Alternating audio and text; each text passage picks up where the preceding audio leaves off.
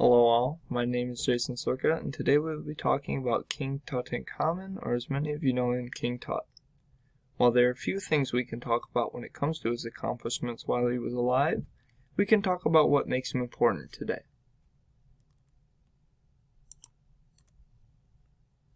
King Tut was born around 1341 BCE in ancient Egypt. He was the child of King Akhenaten, and it is unknown who his mother was. He would become Pharaoh of Egypt at the age of 9 in 1332 BCE and would hold the throne until the age of 19. After his death at age 19, King Tut would disappear from history until 1922. We know today that King Tut's father was King Akhenaten, the king most famous for disrupting religion in ancient Egypt. The parent that we're not sure of is his mother. Researchers believe that King Tut's mother is the Younger Lady. The Younger Lady was a mummy discovered in Egypt and believed to be Nefertiti. It is known that King Tut's parents were actually brother and sister. Because the royal families wanted to keep in power, inbreeding among family was quite common. Because of this, King Tut would suffer from many health problems that would create problems for the rest of his life.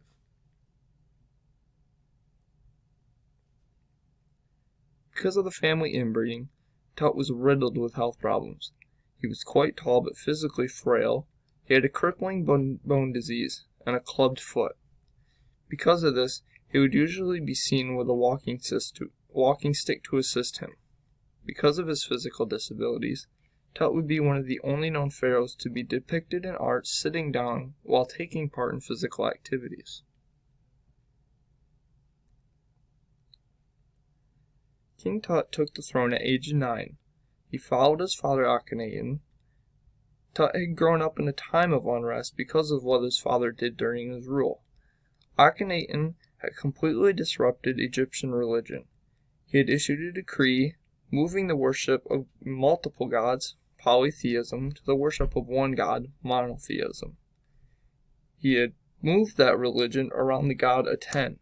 Tut would later reverse that and reinstate the polytheistic religion that was once in place before, as well as restore art and shrines that had been destroyed.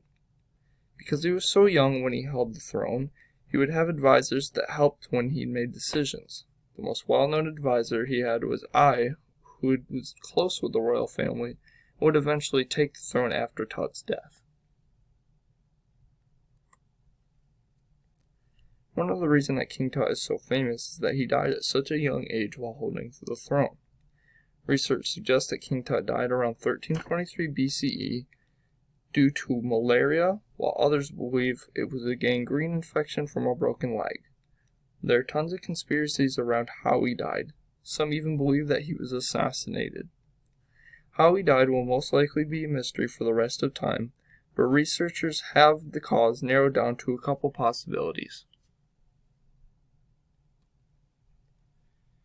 We cannot talk about ancient Egypt and King Tut without talking about mummies. We all know what a mummy is, but many do not know the actual process and why the Egyptians turned their dead into mummies. Mummies were used to preserve the physical body for the afterlife. When mummifying a person, the first step was to remove the organs. The one organ that wasn't removed was the heart. It was believed that the heart was the center of a person's being and intelligence, so it stayed in their body. They would be removed with tools, including a hook that was inserted into the nose to remove pieces of the brain. They would then be placed in jars and buried within the tomb. The next step was to dry out the body with different kinds of salt. Once the body was dried out, they would wrap it in linen-soaked resin after filling in sunken area with linen. Once the body was completely wrapped and ready for burial, priests would perform religious ceremonies before finally burying the mummy in a tomb.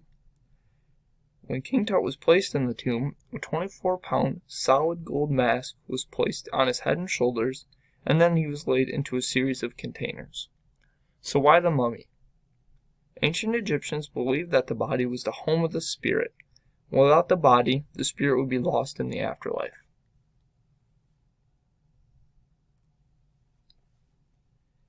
King Tut's tomb was built in the Valley of Kings. The valley is in modern-day Luxor, Egypt. It was the location where Egyptian pharaohs and kings were buried. There are 62 known tombs in the valley. This picture is the inside of one of the tombs in the Valley of the Kings. You can see all of the art and hieroglyphs painted on the walls of the entire tomb. The paintings typically illustrated events in the pharaoh's life. The amount of work that went into creating these tombs was substantial. Because the tombs were so elaborate with the art and hieroglyphs, as well as the things that were placed in it, the tombs were worked on years before the pharaoh died, just so it could be completed at their time of death. The kings that followed Tut ignored his rules as it was tainted by his fathers. Within a few generations, the entrance to his tomb was covered completely and forgotten for thousands of years. The reason we even know who King Tut is a man named Howard Carter. Howard Carter was a British archaeologist who was best known for excavating the tombs of ancient Egypt. He had begun excavating Egypt before the First World War. When the war broke out, excavations were suspended and would eventually resume after it had ended. A few years after the end of the war, Howard Carter would discover King Tut's tomb in November of 1922 after believing that all of the tombs had already been discovered. It had been thousands of years since anyone had seen the tomb of the boy king, and it wasn't until February of 1923 that they managed to enter the sarcophagus of his tomb. The reason that King Tut is so famous is his tomb. Carter and his crew had found thousands of items inside of the tomb, including jewelry, furniture, walking sticks, and so on. All of these items helped the researchers see what ancient Egyptian life was like.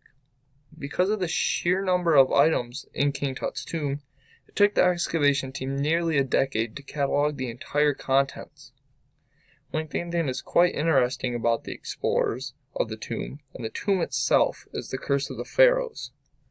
While excavating the tomb, people associated with the excavation became victims of unfortunate events, illnesses, and even death. One of Carter's friends was given an item from the tomb as a gift. His house would soon burn down. After rebuilding the house would then flood, destroying it once again. The theory as to why all of these horrible things were happening was that the hieroglyphs on the walls were cursing the people who entered for disturbing those who were in it. The first room in Tut's tomb was filled entirely with furniture and would take nearly a year to clear. All the items put into the tomb were there for the pharaoh to use in the afterlife. In the burial tomb, a massive gilded shrine took up the entire room. The best part about Tut's tomb was that the items that filled it had not been disturbed for thousands of years and for the most part was entirely intact. This was unusual for tombs because they were usually broken into and rummaged through by thieves soon after the tomb was filled and closed. When looking at King Tut's tomb, it is obvious that the items inside of it are the reason that it is so famous, but one of the odd things about his tomb was the size of it. King Tut's tomb was much smaller than you normally saw when looking at the tombs of other Egyptian kings. It is believed that the tomb was smaller than usual because of his unexpected death. Usually tombs took years to build and fill, but because Tut died at such a young age, there was no time to create an elaborate tomb. Had Tut lived longer than he did, he would most likely have had a larger tomb. Here we have a picture of what King Tut's tomb looks like. We see the chambers of his tomb. The first chamber that we talked about with all of the furniture can be seen on the left. All the tables, chairs, baskets, chests, and everything filled the room to accompany Tut in the afterlife. Next you can see the burial chamber. You can see the shrine built around a sarcophagus which was made of solid granite and contained his gold coffins. And last you can see the treasury filled with all of the jewelry, ornaments, and luxury items.